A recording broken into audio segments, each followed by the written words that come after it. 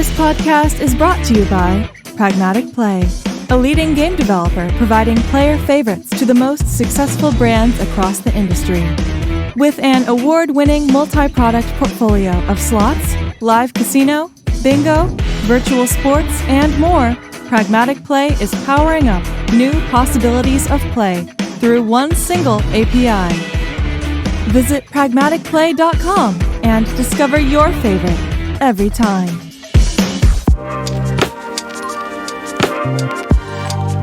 And boom, we are live. Vested Interest episode 5, everyone's favorite podcast. Lloyd, how are you doing today? Good to have you back, my friend. I'm doing great. It's great to be here, Pierre. Good. And Benjie, you're reporting from the ground today. You're in Las Vegas, where the pilgrimage is about to happen next week for G2E. What do you have to report from the ground over there? A bit of traffic. Everyone should be prepared for that with the F1 coming up. But the weather's great, and we're all ready to rock and roll. All right, let's do it. Looking forward to see all of you guys there next week, for sure. So, guys, Benjie, we have a lot to... Have you caught a show at the Sphere yet? I have not. I am seeing you two. I think it's the Saturday after G2E. So, I'll be seeing it. I'm excited to see some of those videos. That looks pretty cool. Nice. Yeah, I have tickets as well for the Monday show, but I'm not on Benjie's level yet, where I can go see you two just like that. I'm on the Postcard to Earth show, the lower end show, let's say, but I'm equally excited for that as well. I mean, it's still at the Sphere. It's still at the Sphere. You'll still see it. It's not cheap for a quote lower end show in the scheme of things either. I'm going to try to check that one out when I'm in town too, Pierre. It looks pretty cool, even if not quite U2 level. Nice. Maybe one day we'll be on Benjie's level as well. We'll see. 1 year with join you. We can only hope. We can only hope. All right, guys, brilliant. We have a lot to talk about today. And first and foremost, some news that came not exactly yesterday, but a couple of weeks ago. The Feds, they announced that the interest rates are remaining unchanged in the US. However, there was a quite interesting announcement in that press conference as well, where Jerome Powell talked about the fact that the high interest rates, while they won't be increased, they are going to remain high for longer than potentially expected at first. And so I wanted to talk a little bit today with you guys as investors, looking at the 2010s investment landscape and the startup landscape versus the 2020s here as we go into a very different environment. So, the 2010s was defined by low inflation, low interest rates that kind of paved the way for more risky investments and more adventurous startups.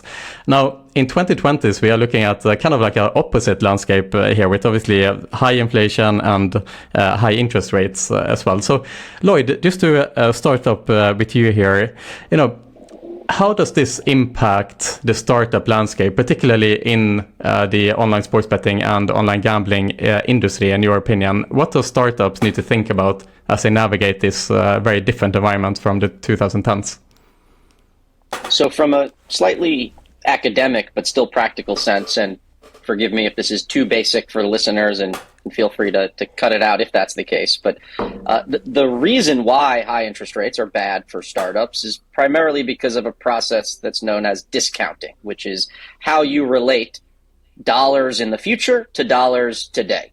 We all agree that we would rather have $100 today than $100 1 year from now, because if nothing else, we could put that money in the bank today and risk-free earn at least a little bit of interest such that it would be worth more than $100 in the future. If interest rates are zero, then we actually don't have such a great opportunity to put our $100 in the bank and make it into more. And so if you come to me, Pierre, and say, Lloyd, can I have $100 today? I'll give you back $101 tomorrow. If I don't have any other ways to grow my assets, perhaps that's an opportunity that I'll take you up on. But if interest rates are 5%, as they are now, and I could put my money in the bank and turn 100 into $105 guaranteed over 1 year, then you are going to have to offer me a lot more than $105 1 year from now if I'm going to give you a loan, because you will not have the same credit worthiness as the U.S. Treasury Department or as JP Morgan Chase or something like that. And so too is the case with your company. In a higher interest rate environment, investors demand a higher rate of return to compensate them for the fact that they could be putting their money in a risk-free asset that is generating 5, 6, 7% or whatever it is. And the thing about discounting cash flows, as it is referred to, is that it disproportionately impacts companies whose cash flows are expected far in the future. And of course, startups are companies whose cash flows are expected far in the future. If you are a mega successful company, the majority of your cash flows might occur in years 10, 15, 20, 20 to 30 in the case of a company like Google. And so investors, as interest rates go up, require an exponentially increasing return to compensate them for cash flows expected very far in the future. And so that's why, from just a very academic sense, but also practically, you're seeing downward pressure on valuations today. I think it's also important to remember some of the sort of second order impacts of higher interest rates. When interest rates are higher, that means people, all things considered, are paying a higher monthly mortgage price for the same house. And that money has to come from somewhere. And so in theory, that comes from other forms of discretionary spending. Companies, if you're a B2B startup, you guys, Pierre, as a conference and event and media company, you probably make most of your money from sponsorships and advertisers. Well, where do sponsors and advertisers get their money? They either get it from investors or they get it from their balance sheet. And in a higher interest rate environment where the cost of capital is higher and focus on profitability is higher, they have pressure to decrease their marketing expenses. And so I think those are some of the second order ways where your source of revenues and earnings as a startup potentially are decreased or stymied in a high interest rate environment. So there's always room for innovation. Great companies and great founders will always get funded. That is not going to stop. But I hope that's at least a little helpful, if not overly technical, explanation as to why high interest rates are bad for startups. But just adding to that before you jump in, Pierre, like in the real world, this is very applicable for me as an angel investor, right? I can risk-free take $1 and get $1.05 for it. You know, it's a lot easier for me to put my capital to work when on a guaranteed 5% return versus taking those same dollars and putting it towards a startup. So it just requires a much more compelling value proposition for me as an investor, and it requires that I see founders that are more diligent in terms of how they spend and utilize their capital, and how they position their company for a path forward. Yeah, I would just add to that. I think, sometimes there is a perception that angel investors are easier to raise money from than VCs. And perhaps there are some ways on the diligence side in which that's true. But what Benjie points out, and is especially relevant for early, pre-seed companies, where at least when you're pitching a VC, they have a dedicated pool of capital that has to be deployed over a fixed period according to the mandate that they agreed to with their LPs. An angel investor is just managing their own money. They can truly do whatever they want with it. They don't have some target for the percentage of their portfolio that will be composed by startups that they have to monitor. They don't have anyone to report to. And so it is as easy as a couple of keystrokes or a flick of the pen for an angel investor to say, I don't want to do any startup investing for the next 3 to 5 years, and I'm going to put all my money in risk-free assets, for example, whereas a venture capital firm couldn't do that. So I do think that is a really important nuance and insight for early-stage founders to understand that when they are pitching angel investors, they truly are competing not just with other startups in the sector and not just with startups in other sectors, but with every other type of asset or security that investor could take that same amount of money and deploy into. Right, and Lloyd, just to continue on that, like how does this changed landscape affect a VC?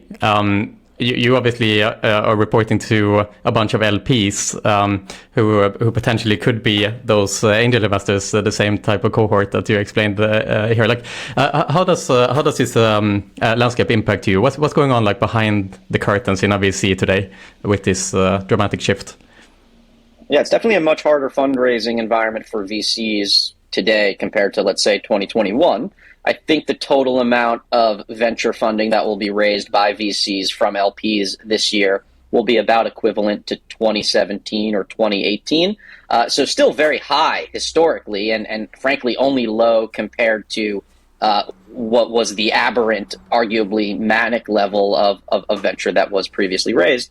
I think similar to what you see in the world of startups, in the world of venture, there are firms and companies that were sustained, 3 to 5 years ago, that are in a zero interest rate environment in ways that perhaps would not be sustainable previously. And now that we're returning to some of those market conditions, it should not be unexpected that companies or venture funds that raised money at unsustainable terms or with unsustainable business models would no longer be able to continue operating as businesses or as funds. And I certainly think you will see some of the first-time managers, especially who raise small checks from non-previously known entities, Twitter followers and things like that, who don't deliver great returns, might struggle to raise new funds.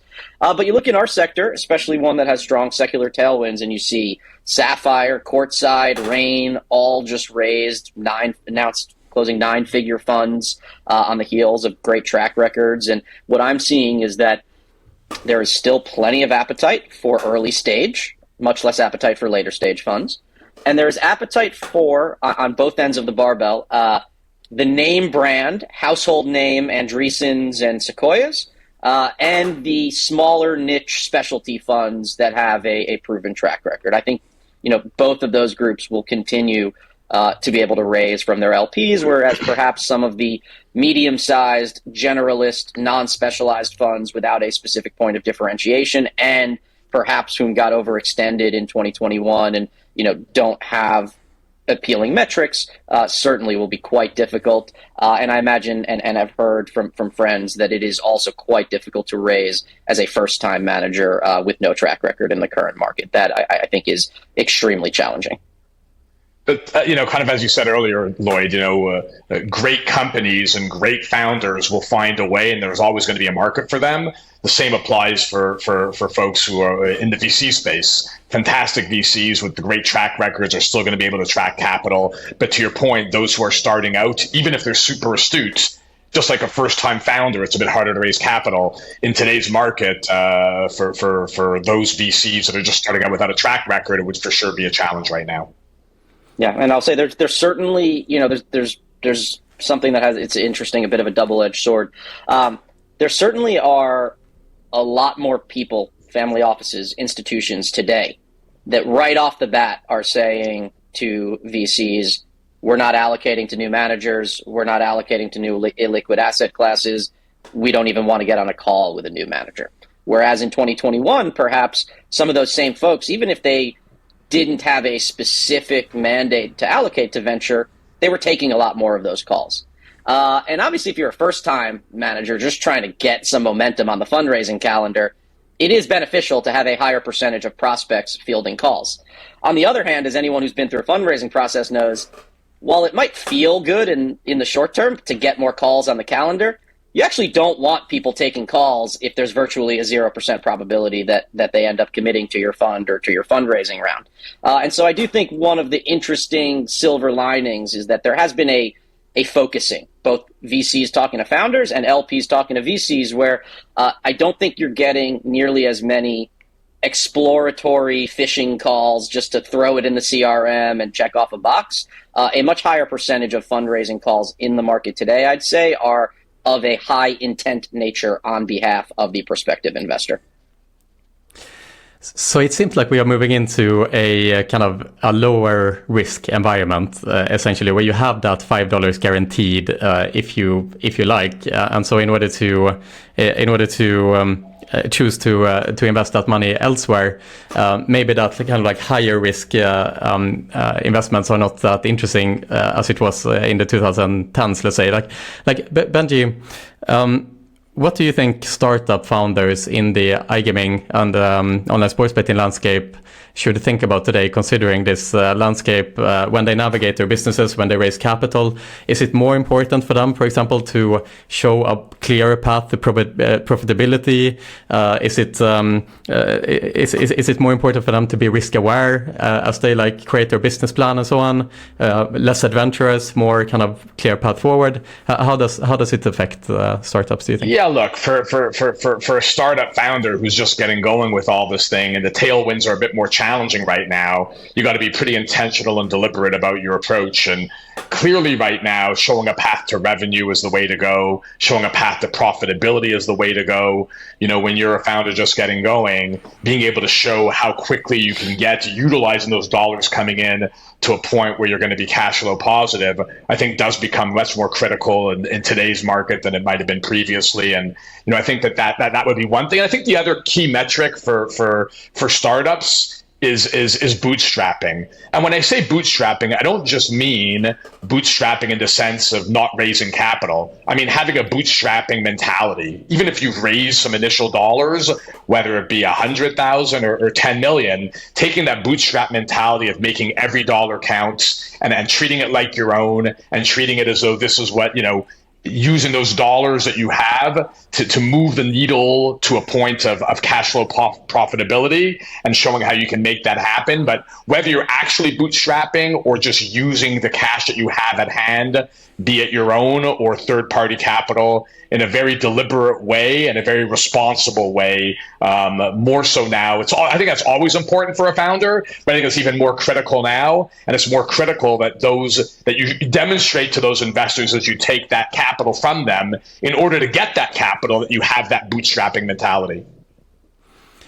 Right. I feel that bootstrapping mentality as a foundation and as a culture in a company is really important as well, especially when you set up a company. If you build a foundation with a company that is kind of turning each penny from the beginning, you will have a company that has a good foundation even in later stages when you do find profitability, rather than this kind of like aggressive spending and not looking back and so on. Because eventually, even if you start off a company, you found a good idea and you kind of strike gold, at some point the tide is going to turn. Like, you are going to go through difficult periods at some part in your company's life, and to have that foundation of like being able to bootstrapping and kind of scrutinize your expenses and so on, it should always be a good foundation, in my opinion, for any startup or any business in general.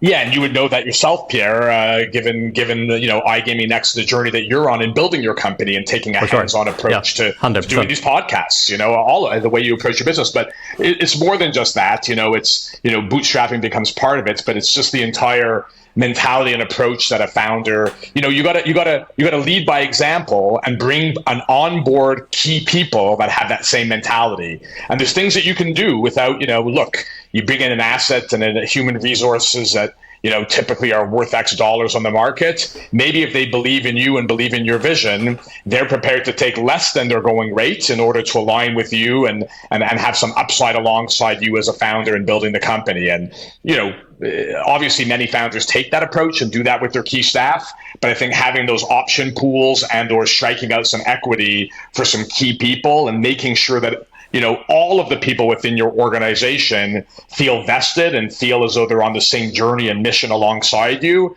and have some form of upside alongside you, can sometimes be one way to keep the cost down as you get going, as well as to maximize the ROI from each and every individual, both individually and collectively, because you're on an aligned goal that's that aligns not just with you as employees and as a founder, but with those current and future investors who are going to join you on your journey.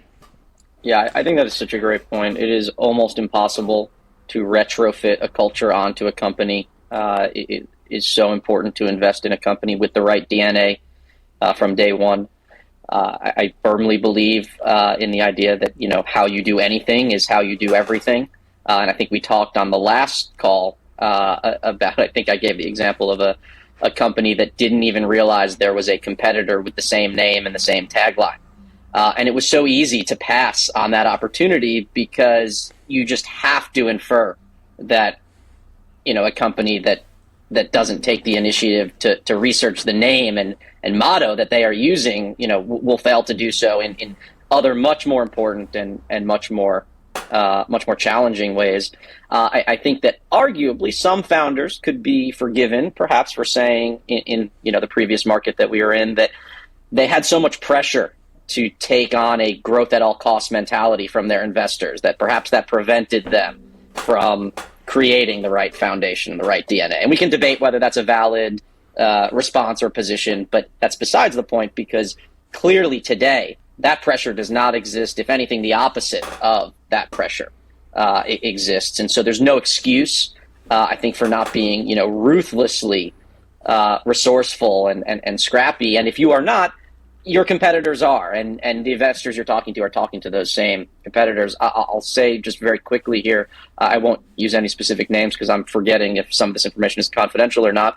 But I spoke with a founder who succeeded eventually in getting the CEO of the largest publicly traded company in his target sector on as an angel investor in his first round. And the way that him and his co-founder did this was that they found out that this CEO taught an exercise class as a hobby once a week in New York City during the summer at 6 a.m. This founder is not an athlete or someone who enjoys exercising, but he went to every single exercise class, woke up at 6 a.m., I think on a weekend, for 12 Saturdays or Sundays for an entire summer, exercised, made little chit-chat with the instructor, who also is this public company CEO, and at the very last class said to him, I've really enjoyed the class. By the way, can I just tell you for 30 seconds about this company that we're building? And lo and behold, he ended up coming on board as an angel and then helped grow the company in a significant manner. And I think that kind of scrappiness, that is just becoming table stakes. That is what you have to do just to sit at the table, just to play the game, just to get in the door, because that's what your competitors who are competing for those same dollars certainly are doing in terms of amount of effort and scrappiness and resourcefulness dedicated to fundraising, to sales, biz dev, to hiring, whatever it is. Absolutely great. You gotta be granular. You gotta be in the trenches. Also, you gotta be prepared to go down there in order to build that momentum in the business at the end of the day, for sure. Moving on here, guys. The American iGaming and sports betting landscape is somewhat the dust is settling, in the sense that we have an emerging Big-4 kind of major brands in the DraftKings, the FanDuels, the BetMGM, and the Caesars, who have emerged as the market leaders, the dominant market leaders, of course, with 90+% market share in the North American market today. So we can kind of group them together and call them the Big-4, if you will, here. It looked like it was going to be difficult to disrupt this Big-4.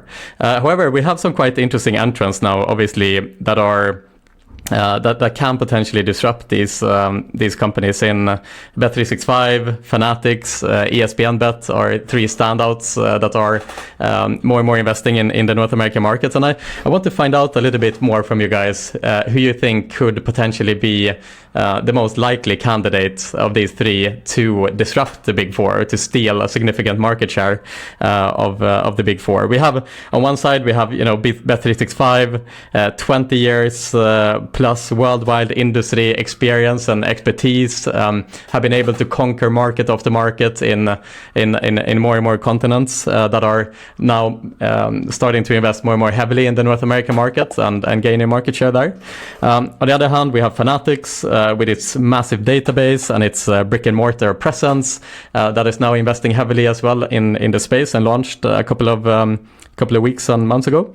And of course, we can't forget ESPN Bet with its massive sports media reach that are now entering the game as well.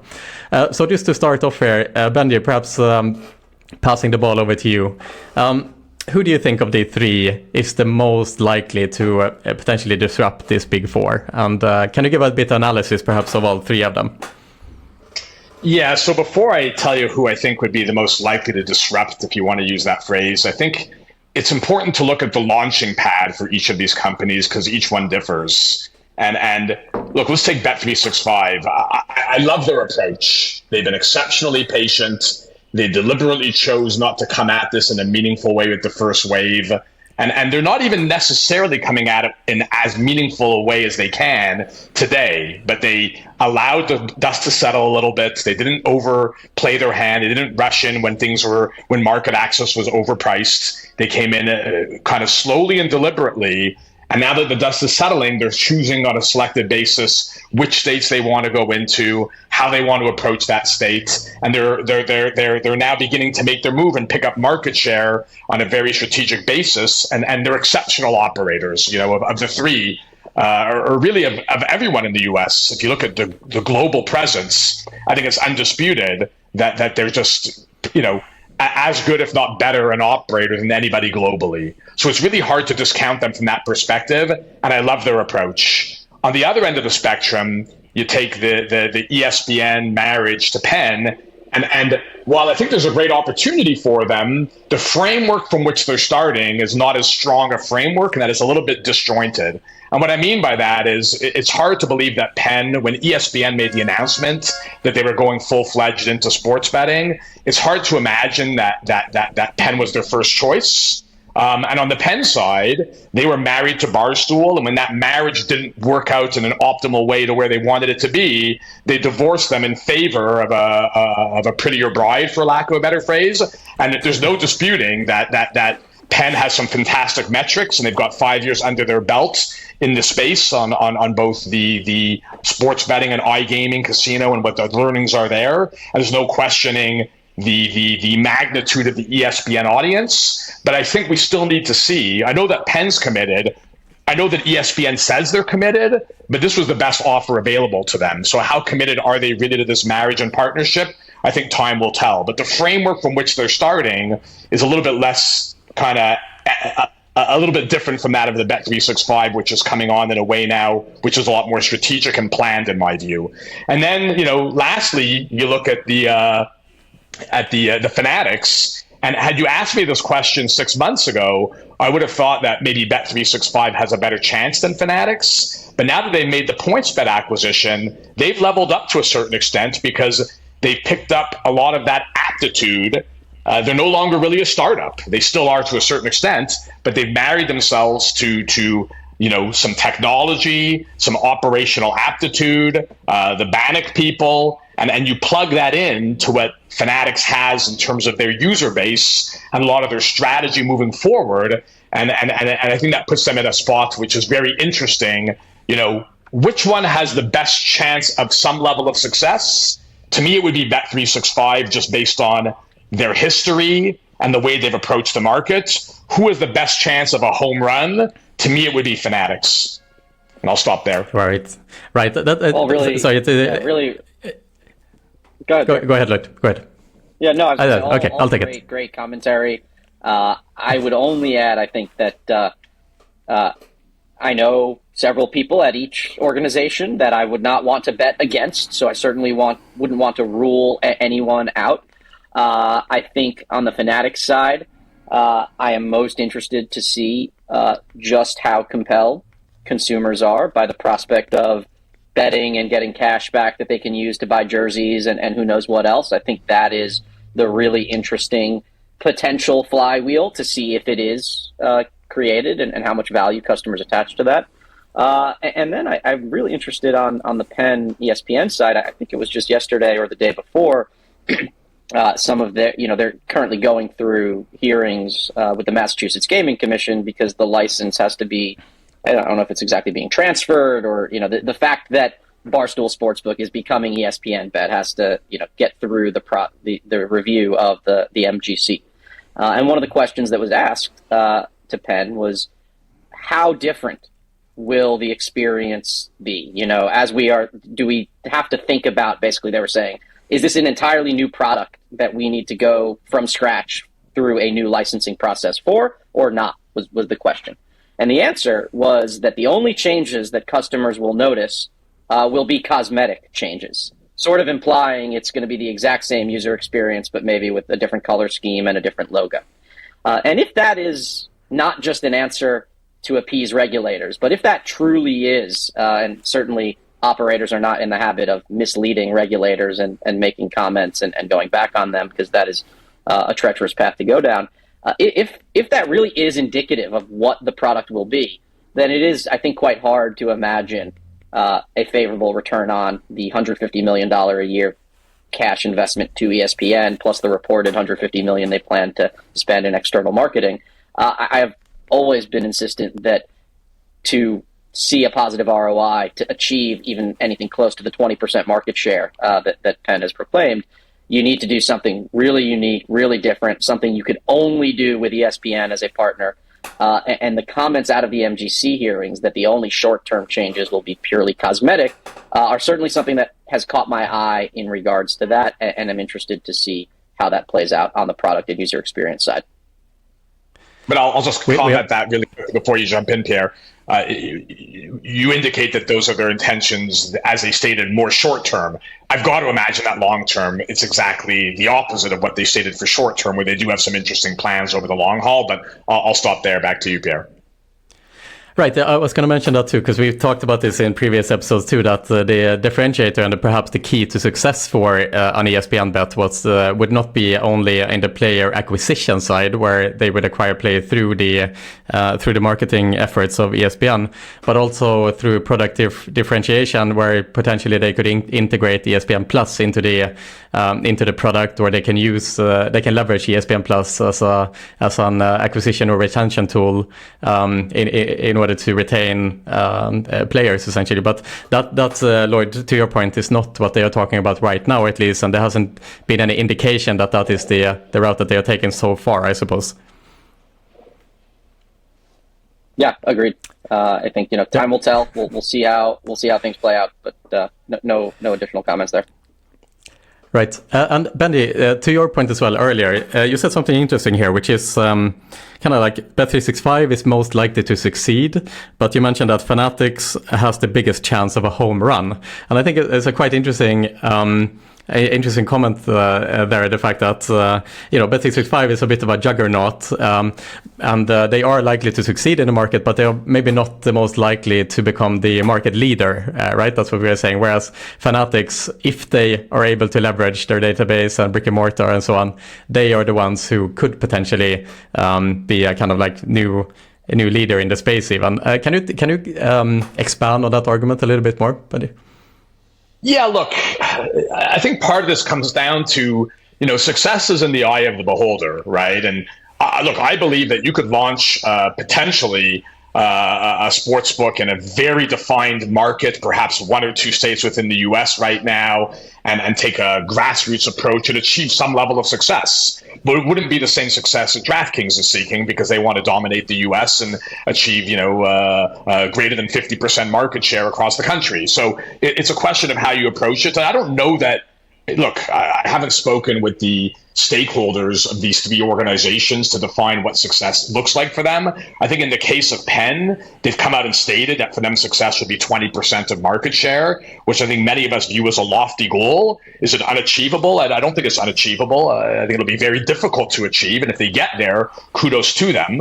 And in Bet365's case, I think they're looking at it not just from a market share perspective, but from a profitability perspective, I would think. But I think where I'm coming from is that when you look at Fanatics, the size and scope of their user base, and now having complemented that with some increased operational aptitude that comes from the side of PointsBet, who most of us always viewed as a very credible operator, just given that combination to me, and the fact that both are really motivated partners in this right now, to me spells the opportunity where if there were one of those three that would have the opportunity to be the biggest disruptor within the space, they would be the one. But look, I could be wrong on that. Fair enough. We'll have to see how the dust settles as they all go live and chase that market share. Third point of the day, guys, something that's interesting to me, and I have the opportunity to ask you guys about this, is the importance of the pitch deck.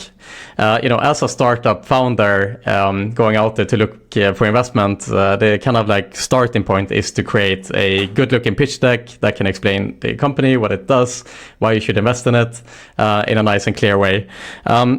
There's a lot of emphasis as a startup founder to create this pitch deck and make it look as good as possible, invest a lot of time and effort into this pitch deck.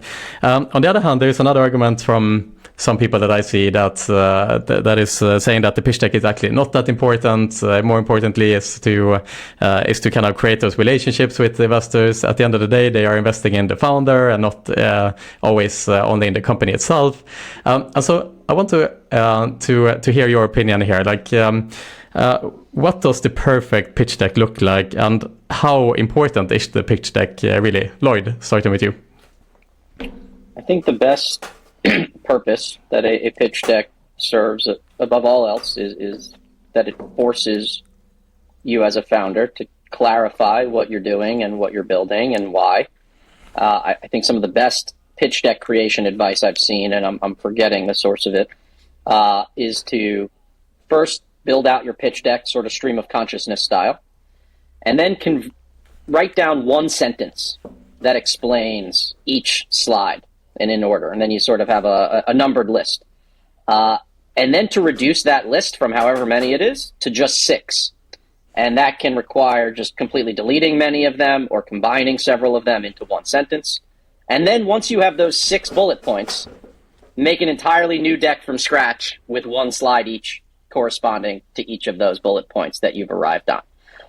And that is a great example, I think, of the clarifying effect that building a good deck has on the thinking and on the thesis of a founder. I think also that, there are important things to convey as a founder, that you are competent and detail-oriented, and that whatever you are doing at any given time, you're going to figure out what the best-in-class way is to do that thing, because that's just how you operate. And so to me, that's one of the reasons I like to see a really nice, sleek, and succinct pitch deck, more than anything, because it shows me that even if this person's not a graphic designer themselves, and even if they're not a great salesperson, they figured out how to put forth what looks like a venture-backable pitch deck. And that gives me reason to believe that when they do other things for the first time, they will leverage their resourcefulness to do it in the most professional, profit-maximizing manner possible. To your second point, though, or the sort of counterpoint that you mentioned, I will say in all of my fundraising experience, as well as the investments that I've made, the largest investments, for the most part, have come from conversations where there was not a pitch deck presented, where it started out with the prospective investor saying to the prospective investee, tell me a little about yourself and what you're working on, and really just engaged in a dialogue. And maybe toward the end, someone said, well, let me bring up this one slide from the pitch deck that has a proper visual, or, of course, let me send you our deck and our data room afterward. But I definitely have found that an overwhelming majority of the fundraising success that I have had and the rounds that I have participated in really have started around more of a narrative and been a discussion and not had the pitch deck as a central focal point. So I hope that's a way of articulating the fact that I do think creating a nice, shiny, succinct pitch deck is very valuable, but perhaps not for the exact reasons that might immediately be assumed on the surface. Right, and Benjie, over to you. Like, have you seen any horror stories when it comes to pitch decks where perhaps you've had that original conversation, it sounds promising, great founder with good energy, and then you look at the pitch deck and you just get kind of like turned off? Is that something that happens? Not that I can recall. Have I seen some horrible pitch decks? Sure. But I can't recall a scenario that you allude to where I've met a founder at a conference and had that conversation and created some level of rapport. And then based on seeing the pitch deck, I said, I'm not going to continue the conversation. But look, as a general rule of thumb, to Lloyd's point earlier with those 6 points and recreating 6 slides, less is often more, and I think that when it comes to pitch decks, that's a general rule of thumb that less is more. There's no set number of pages, but I'd rather see a pitch deck closer to 10 pages and closer to 40 pages because, I, like most people, I'm busy and, I want the points to get across as quickly and as succinctly as possible. And I think that a pitch deck is simply one tool. And as a founder, there's so many different tools that you have available to you to become successful. And to Lloyd's point, being able to be well networked and use your LinkedIn network and your personal network to make connections and meet people and have conversations with them and be the face of your business and the representation of it, and the pitch deck coming in after that is optimal, right? But the pitch deck still remains a tool and a critical one. And in a scenario where you don't have that rapport, having a succinct pitch deck will be the difference. And the real goal here is to get that conversation, right? And if it's a poor pitch deck, you may never get the conversation. Whereas if it's a succinct and well put together pitch deck, you optimize your chance of having that conversation. Those are all great points. I often tell founders that they should, after they've put together their deck, they should put together a one-page summary. because usually within one page, you should be able to give someone the information they need to decide if they want to take a call, at least, and that arguably a multi-page, let alone a 40-page deck, is going to be distracting, and you are better off using an ultra-concise, almost like bullet point style one-pager, which also is a lot more digestible. When someone sends me a quick one-pager to look at, I say, oh, I can look at this in 30 seconds, and then maybe if there's something interesting, I end up spending an hour on it. Whereas when you get a whole deck, it's much easier to say, I don't have the time to dive into this and give it a proper look. I want to wait for tomorrow. Benjie mentioned, tools in a toolkit. I am seeing fundraising memos are getting a lot more common. Obviously, they take more work to read on behalf of the investor, but by a memo, I mean a narrative-driven, page 2, page 3, sort of prose overview. Essentially, it's the equivalent of what the narration would be if you were being presented with the deck. And I do see some founders who like that, so that someone can essentially read the story in their voice. That's another tactic. Again, it's kind of about the right type of founder and the right type of fit. I think I would add also. Like for founders, when you're getting your deck out there, before you get it out to people such as Lloyd or myself or whomever else, get it out to people within your network who already know you and trust you. Let them give you their feedback. Let them beat it up a little bit. I recall one exercise I went through with a founder who I have a pretty good relationship with, and I was not yet involved in the company. And, he sent me the pitch deck, and, I liked the concept. I liked what he was trying to do. Didn't love his pitch deck, and was very frank with him about the weaknesses in the pitch deck. And this was a founder who's technically very smart and a great founder, but just wasn't experienced at pitch decks and had taken it from a manual. And it took about 4 go-arounds with me providing that feedback for that pitch deck to get to a point where it would make sense for it to go to a Lloyd, right? And I think that, as a founder, being able to find people within your network to go through those types of exercises can be very beneficial. The other thing I'll just mention on that point, and it becomes so subtle that I think it's just something that's not discussed, but, as a founder, when you're asking someone like Benjie, whether he's on your cap table or not, can you please send my deck and help me set up meetings with X, Y, and Z people? You need to remember that many, many people are asking him for exactly those favors. And so you want to do as good of a job as you can, making Benjie feel not like he's asking for a favor on your behalf, but like he's giving someone the gift of an introduction to you because you are such an amazing founder that actually whoever Benjie sets up a conversation with will owe him one for the fact that he made that introduction. And one way to not completely accomplish that, but at least help make the case to someone like Benjie that anyone he introduces you to will view it as Benjie having done them a favor, is to make a good-looking pitch deck and have it organized. And although it's subtle, one of the things I hate is when someone sends me a PDF of their pitch deck and it's named Company Pitch Deck version 2, parentheses 1, parentheses 1, underscore, copy, underscore, final V3. Because again, how you do anything is pretty much how you do everything. And even those little things. And so when you go to someone like Benjie, not only should you make sure your file naming hygiene is proper and you're emailing, with good grammar and punctuation and attention to detail, I do think it is easier to pass along a pitch deck, frankly, that looks good than one that doesn't. And then I'll just come around and I'll answer your question that you asked Benjie from before. I don't think I have a train wreck example, but I tell you, I have one right now, and maybe we can track this and see what happens on the next episode. I got a deck for a technology and product that I am generally bullish on thematically, but that the deck was riddled with hyperbole and grammatical and spelling errors. And so even though it came to me from someone really highly trusted and who I consider to have a high signal, I didn't take the call. And then a second person who I think very highly of also suggested that I take a call, and I still resisted.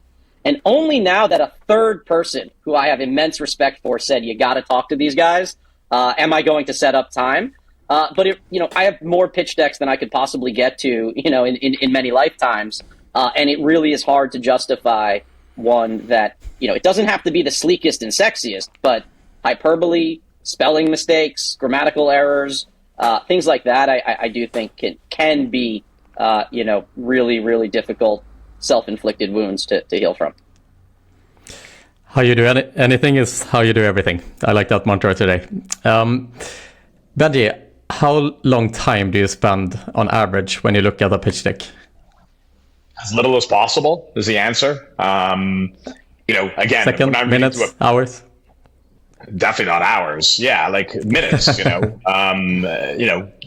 Typically I'll spend a few minutes on a pitch deck, and assuming that I haven't had a conversation with that founder, I'm reading through the pitch deck. Someone has sent it to me in all likelihood, whether it's come from a trusted source or from the founder directly on LinkedIn, and then based on that assessment, I determine if I want to dig in on a half-hour call, and that's kind of how I approach it. But I try and spend as little time as possible, because to Lloyd's point, you could spend your entire day, devouring through various pitch decks and analyzing them, and best just to get a feel for it. If it comes from a trusted source, that works wonders in the favor of that entrepreneur. But based on what I read there and how it came to me, will determine if I get on a call or not. Yeah, I agree completely. Maybe at a later stage when a company has a lot of important metrics and product demos and live videos that you want to click through, perhaps you'd spend more time. But at the early stage, especially if it's pre-launch, certainly just a few minutes at most. I've noticed myself exhibiting an interesting behavior, and I haven't quite uncovered why, but I often flip to the end of a pitch deck and start at the end and then go back to the beginning.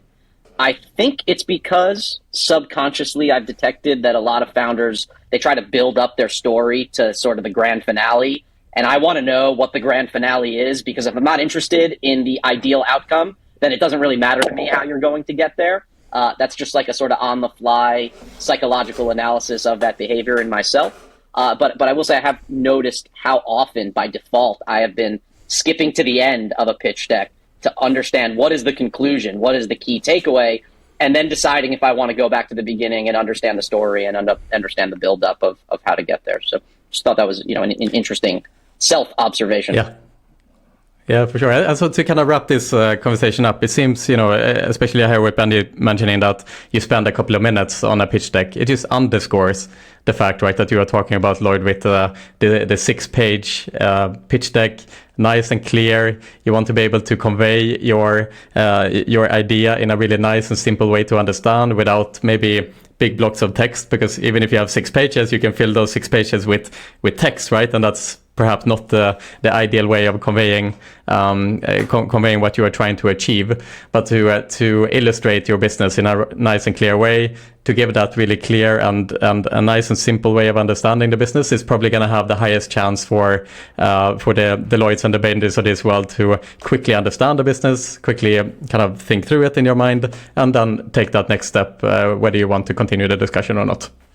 I'll make one last point, Pierre, complimenting on that and what Lloyd said, is that nothing wrong with tailoring your pitch deck to the specific individual or audience. If you're sending a pitch deck to me, you don't need a page or two talking about the TAM in the gaming space. You know that I know what the TAM is already. Whereas if you're pitching it to a not less sophisticated person, but someone who's a great investor but less sophisticated on the gaming side, they might need a bit more information as to what the TAM is and what the opportunity looks like in gaming in general. I think that's a great point. I will also just clarify, I don't know or think that 6 slides is necessarily some sort of magic number as opposed to 5 or 7 or 8 or 9 or even 10. It's just directionally the case. And I think Benjie's point about tailoring materials is absolutely the correct approach for the obvious reason, but maybe for the less obvious reason that not only do you not want to waste time trying to tell Benjie what the TAM and the opportunity is in the sports betting space, but especially as a first-time or relatively inexperienced founder, you are much more likely to inadvertently plant a red flag that is easily identifiable to someone like Benjie in a TAM slide about an industry which he maybe has greater expertise than you do as a founder, then it is likely that you would inadvertently plant a similar red flag on a product slide. So there's no reason to try to talk to someone who has more expertise than you do and convince them of a certain market sizing. I think that can at some points be inadvertently problematic. Brilliant. Thank you for that, Lloyd. All right, and into the fourth topic of today. We're going to do like we always do here in the vested interest recordings. We're going to do a bit of a deep dive. And today we're going to look into jackpot.com with the CEO and co-founder here, Akshay Khanna. First of all, Akshay, great to have you in the recording. How are you doing? Thank you so much for having me. I am doing wonderful. The Powerball jackpot is north of $1 billion today, so this is a big day for us.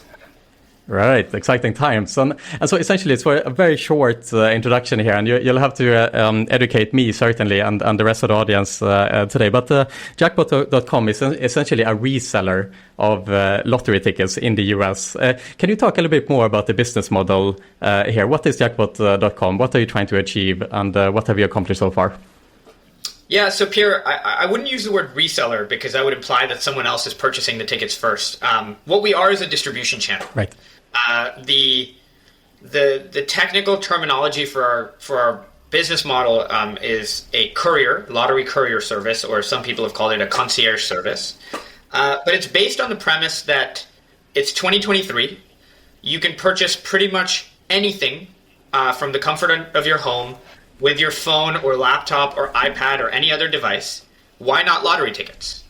And so what we do is we facilitate the sale of official state lottery tickets and allow people to purchase those from their phone without having to use cash, without having to leave their homes, in the same way that most people want to purchase pretty much everything nowadays. And, this is a great day to be having this conversation because it's particularly poignant today. I live in California, unfortunately not a state in which we currently service.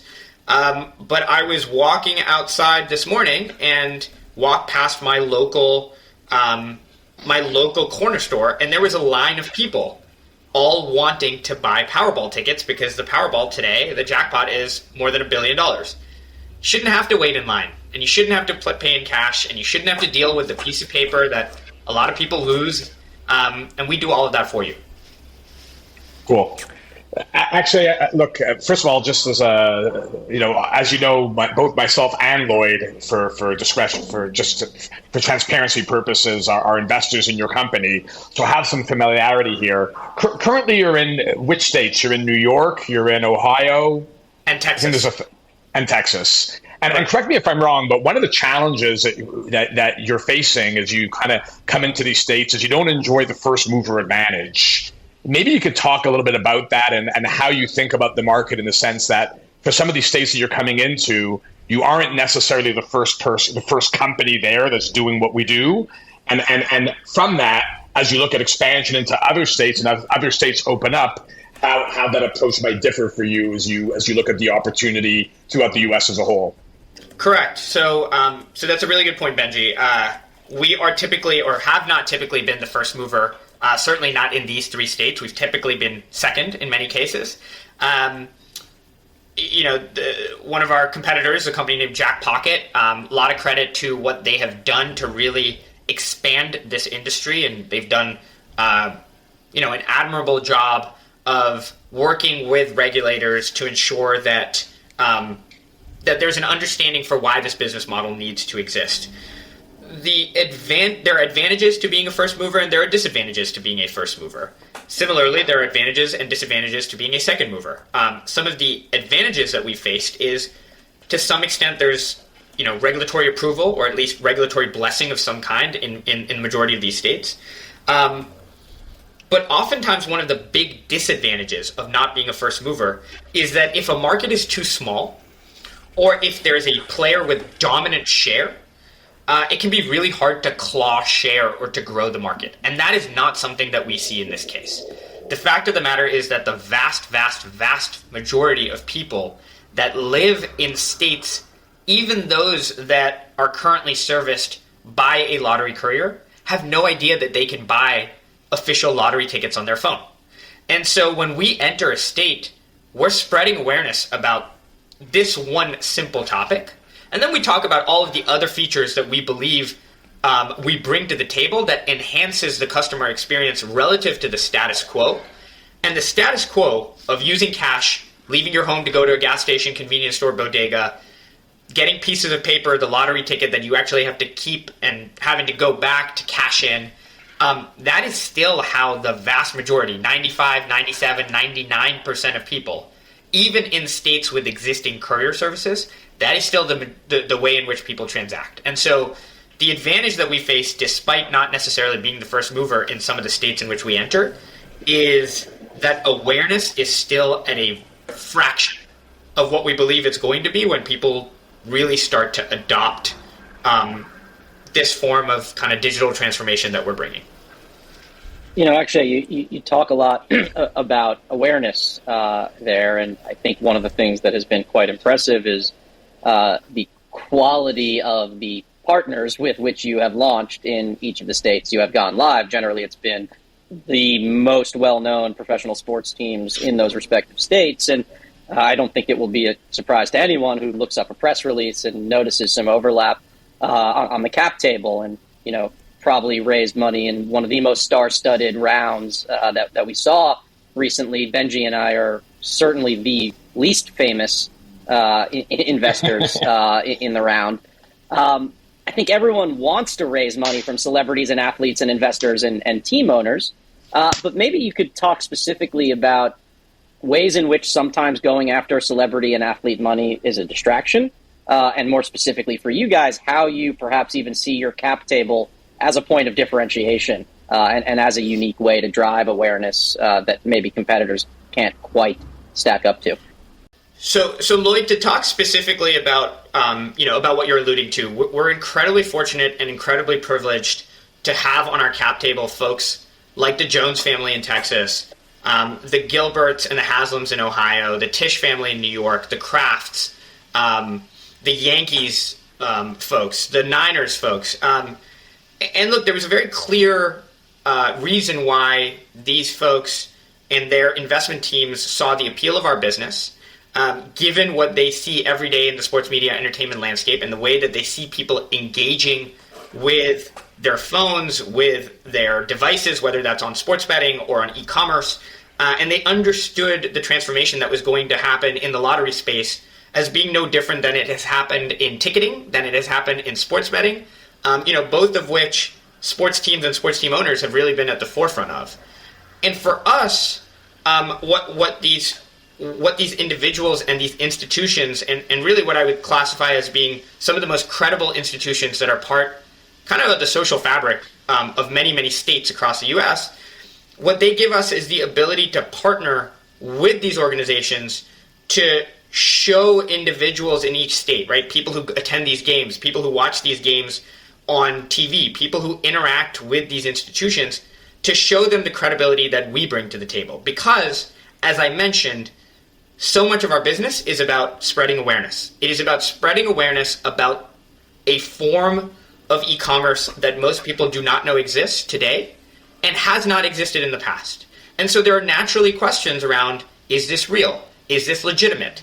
And the best way to solve those is by partnering with institutions that lend you that credibility, that allow people the peace of mind to say, if this organization is partnered with my favorite NFL, NBA, NHL, MLS, MLB team, then there must be a stamp of authority that is associated with them that gives me the peace of mind to interact with this platform. And so, we think it's a win in both directions, and we are so grateful for what we believe truly is a differentiating factor for us, which is the caliber of our investors.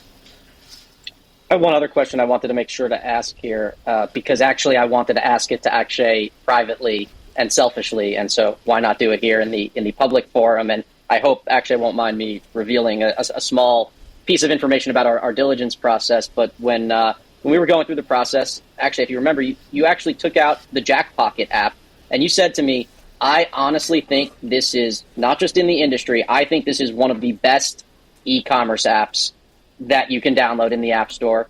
And our target is to exceed the quality of the user experience that they built. And that is the kind of thing that many founders might say aspirationally, but very few successfully execute on. And just about a year later, I'm in New York and I have the pleasure of buying tickets on the app all the time. And the strides that you guys have made, I don't think anyone would say that there is an obvious difference between Jackpot and any of the other apps. I think it has to be as strong of a real money gaming mobile app that exists. And my question to you is, how can I guide my other portfolio companies to show the pace and magnitude of product development and UX enhancement that you managed to achieve in what is a relatively short period of time? Does it all come from the CEO? Did you hire the right product guys? Did you hire the right project manager who oversees those guys? How can I replicate your success on the product development side in the rest of my portfolio? Yeah, you're making me blush. It certainly does not come from the CEO, I'll tell you that. That's the easiest answer that I can give you. I deserve little to no credit for that. So first of all, that's very kind of you to say, Lloyd. One of the things that we pride ourselves on is the simplicity and the ease of purchase that we give to our customers. We want people not only to appreciate the fact that they don't have to leave their homes, that they don't have to pay in cash, but also we want people to have a really positive experience. And look, some of this comes from my experience at StubHub, right? I spent 4.5 years in the online ticketing space, and you talk about an industry that transformed a consumer experience. Whatever one thinks about typically the fees associated with buying tickets, and I hear about this all the time, the fact of the matter is the consumer experience in ticketing went from buying tickets on a street corner from a guy who is selling you pieces of paper that you didn't know were going to scan to get you in the door, to having essentially a slick online platform that gave you a one-stop shop to buy incredible, legitimate tickets. And that gave people the confidence to be able to take their kids and their spouses and their parents to events without having to worry about, oh my God, I'm going through this sketchy experience, what's going to happen on the back end? And so having lived through that transformation, having seen that transformation of a business model, one of the things that we've tried to do is bring some of that to the lottery space, is to eliminate a lot of those pain points. And the easiest way to eliminate a lot of those pain points, Lloyd, is by creating a product experience that is slick, that is clean. The entirety, and look, there are times in my life when I will express false modesty. This is true modesty. The entirety of the success and the entirety of the applause belongs to our product team and our engineering team. And they are one of the many weapons that we believe that we have in our arsenal as it relates to differentiation versus the status quo, which is what we focus on all the time. As you mentioned, I've admired not just our competitors' apps, but really one of the things that we've done is studied some of the best e-commerce experiences that we see in completely different fields, and what we can learn from those experiences and what we can bring to our app. But candidly, at the end of the day, Lloyd, it comes down to our product team, which is built on a foundation of superstars, and our head of product, who is exceptional. There's no other way to describe him. And our engineering team, who by far and away is the best group of engineers that I've had the privilege of working with. And I've had the chance to work with some fantastic engineers all over the world. And this team of individuals exceeds anything I've ever experienced by so many standard deviations that there's not even quantifiable. And no, none of your portfolio companies can steal them. Like anything else, it comes down to people. No. It really does. And it comes down to the caliber of people that we have as a part of the team that we're trying to build. Actually, I have a question for you as well. There seems to be a pretty remarkable cross-sell opportunity here, perhaps in the future as well. And from the European perspective, I'm raised on the European side of the fence, and raised very much during the poker boom. And we had the PokerStars, who were the kind of incumbent in the poker world during the 2000s, that built their company as exclusively a poker provider. They perfected the product, they became the best at what they did, and they were able to generate an enormous database that they only chose to leverage 10 years later when they launched the PokerStar Casino. Right? The more obvious example for the American friends here is obviously DraftKings and FanDuel, who leveraged the database from the daily fantasy sportsbook, the daily fantasy sports, into sports betting later on. Don't you have a pretty similar opportunity here to leverage and activate the database of gamblers potentially in the future into sports betting as well? Yeah, Pierre, so we are hyper-focused on the draw-based lottery market right now.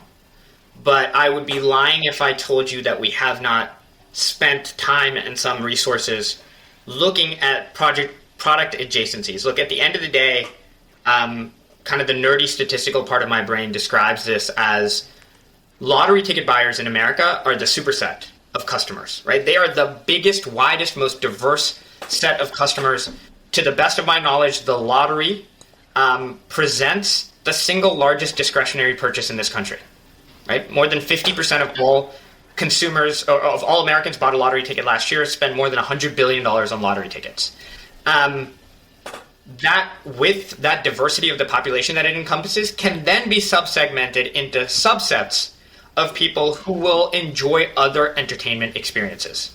I won't spend too much time going into what those entertainment experiences are, but you are 100% right that draw-based lottery games are just the start of what we believe we can build this platform to be.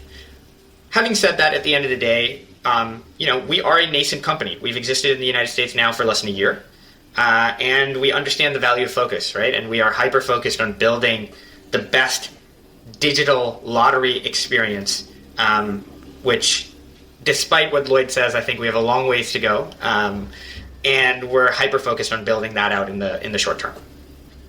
Hey, actually, I know we're nearing the end of our time here, but a question for you. You come from outside the space, as you allude to, and now you jump into this thing, and here you are front and center in the thick of things in the iLottery, iGaming space. What has surprised you most being 1 year into this about the industry, about the transition, kind of the good, the bad, the ugly, very quickly? Look, the good is just the opportunity. The fact, what I alluded to just now with lottery tickets being, in my opinion, I don't know that this has been proven out. So someone can, one of your hundreds of millions of listeners can potentially disprove what I'm saying. But I do believe that the lottery is the single widest, most purchased discretionary purchase in America, right? I can't think of another discretionary item that more than 50% of Americans are purchasing on an annual basis. I knew that statistic. I didn't fully appreciate it until I started to interact with our buyers, to see the demographics around our buyers, truly to see a product that encompasses the American population in a way quite like lottery tickets do. And I think that is an amazing positive, because to Pierre's point earlier, it allows us to build a platform upon which we can build more than just what we currently have. This is my first time working in a regulated industry, and sometimes the pace of change can be a little bit frustrating.